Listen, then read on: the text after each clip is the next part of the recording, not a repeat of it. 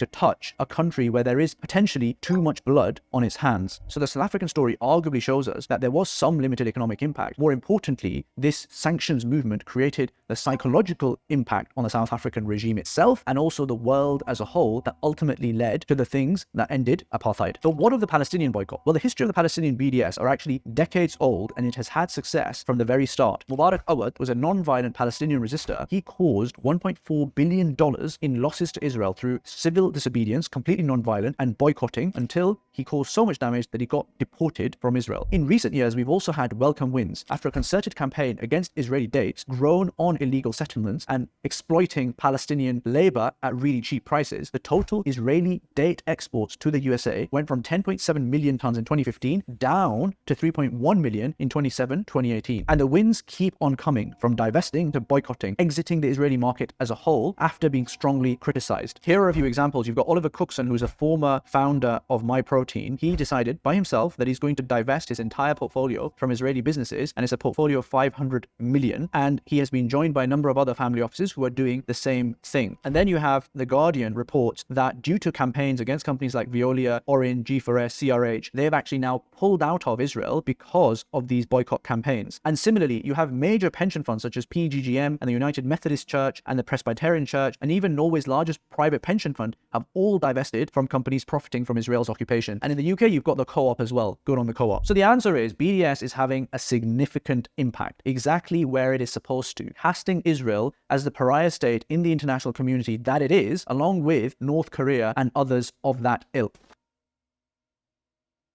But let's also be strategic for a second. Let's isolate and analyze just purely the economic situation. We want to stop the Israeli government's illegal actions in Gaza and the West Bank. And for that, we want to reduce their tax receipts every year, as that is what pays for the military and for the soldiers. That means we boycott companies who contribute to Israel's economy and tax receipts. Okay, so what are the big chunks of the Israel economy? I have to tell you that the data on this is very sparse, and I have a suspicion it is sparse because the Israelis are scared of the BDS movement, and for people like me who are going to do the research and tell you guys where to go after them. But regardless of that, this is what the data we found. We've got the diamond trade, which amounts to 23.2% of all exports out of Israel. Then we've got the tech sector, which Israel has the second largest number of startups after the USA globally. And we've got the financial and investment sector, which manages over $10 billion today in just the VC category. And then we've got the massive US aid given over a period of many, many years, amounting to over 124 billion. And then we've got the defense industry that accounts for 10% of all global defense exports. And the reality is that most of this we can't touch. Because you see, most of the foreign direct investment coming into Israel and the bulk of the trade relations that Israel has are not with Muslim countries. And the primary economic partners to Israel are the USA, the UK, and Europe, with the US being by far the biggest of those partners. These are not obviously Muslims or necessarily pro-Palestinians who are on the other side of these transactions. So boycotting alone with us on this side and not actually transacting with Israel is not going to work. Side point, this actually might be a weird benefit of the Saudi-Israel normalization, because once that trade line is set up, both countries have something to lose. In which case, if Saudi was to boycott or even put pressure on Israel at that point, then that would have a very material impact, which it wouldn't do right now. But that is not a comment on Saudi normalization as a whole. It's just to point out that it has a material impact on the success of BDS if it does go ahead. Ultimately, sanctions are the holy grail because that will affect Israel the most, just like it did with apartheid South Africa. Because when America divorces from Israel, that is a country that it relies on so heavily for economic, military, political, and moral backup. That's basically when Israel will fall in line with international law. So the goal must be to take steps to get us to that point. Stage 1 is boycotting, as we've discussed, as that is in our control. Stage 2 is campaigning for endowments, pension funds, local governments, and others to divest from the same companies that we've been boycotting. These funds will only do this once they've seen a bit of a groundswell behind this. Stage 3 is the hardest, and that's getting these governments, particularly the UK, the USA, to change its foreign policy and its approach with respect to Israel. And this will only happen after stage 1 and stage 2 have really increased the groundswell. This means, folks, that if we are embarking on boycotting, we must realize that it is not the end goal. It is a means to the end. And if we don't do two very important things, it will only have 10% of the effect that we actually wanted to do. And these two important things are, first, we must actually tell the company we are boycotting why we are boycotting them. Otherwise, they won't have the public pressure on them to change what they're doing. They'll just be looking at their numbers and thinking, hang on, well, it seems to be going down in value, but we don't really understand why. Tell them. Second, we must not stop at just boycotting. We must then stop putting pressure on all of the funds who manage our money to divest from companies we find repugnant. We need to go from boycott to divestment. We need to start that motion off.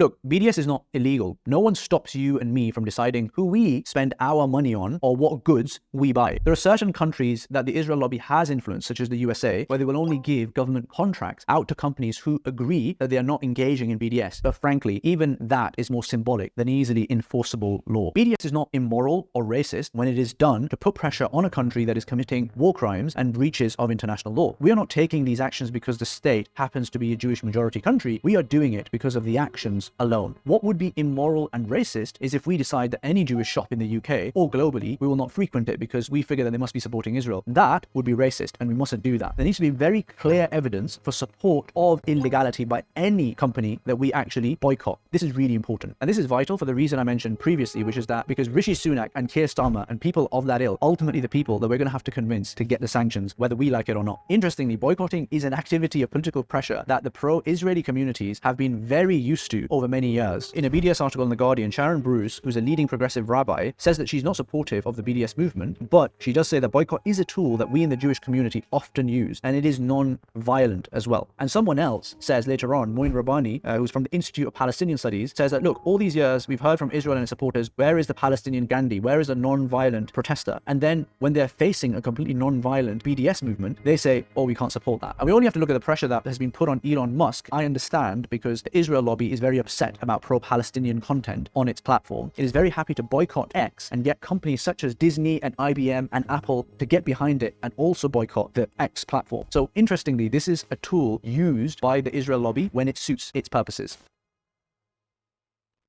Right, folks, I know some of this video has been pretty heavy. Thank you for bearing with me. I promise you this section is going to be much more straightforward. The very first thing you need to do is a personal assessment of your own expenditure. What are the big companies you can and should leave? I would use two sources for this. One is boycott.thewitness.news, and the second is bdsmovement.net. Both of these websites are linked in the description below. I like these sources because they give their reasoning. They also pull from authentic sources, such as the UN report that named and shamed the companies that operate in occupied territories, and they are part of a wider, accepted and authentic collective group of many Palestinian organizations. This will likely give you a shortlist of around 10 companies that you regularly use and you now know that you need to transition away from. So for example, when I looked down the list, I canceled my Disney subscription and I went with Netflix instead. Second, particularly focus your efforts on banks and funds and investment companies on this list, because these organizations are the conduits of money and therefore their impact magnifies the harm that is possible. And we know the South African story that I mentioned previously. So boycotting them is particularly important. I am also in the process of leaving my HSBC account right now, and I have marked that RBS and NatWest and Barclays are also all on the naughty list, as they would have been alternatives if I had decided to move to them. I am now planning to move to Starling for now, and I know that a number of the digital banks who I have beef with for other reasons are actually fine, so you may want to consider them to move to. Third, if you're a business owner, do a full assessment of all the tools that you use. There's a website that is designed to help people buy Israeli tech products, and it was brought out in just shortly after October the 7th as a way to show support for Israel. But it is also a rather helpful screen for all the products that you should consider extremely carefully if you want to buy them. I'm not actually saying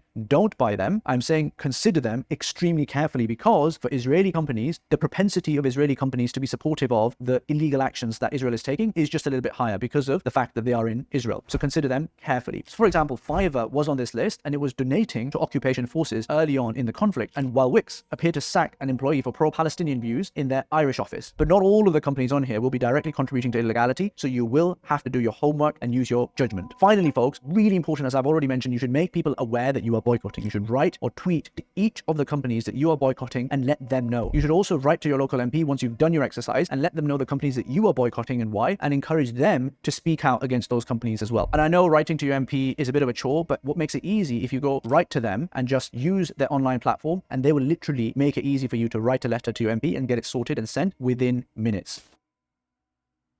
That's it for today, folks. Let me know in the comments below, what was the hardest thing you found boycotting? For our videographer, Kabzi here, it was apparently Evian. For me, I think it was probably the HSBC bank account, because I've been with it since I was a youngster. Let us know in the comments below. And if you're interested in learning more about the economics behind this entire conflict, check out our recent interview with Sami Hamdi here. Until next time, Assalamu alaikum.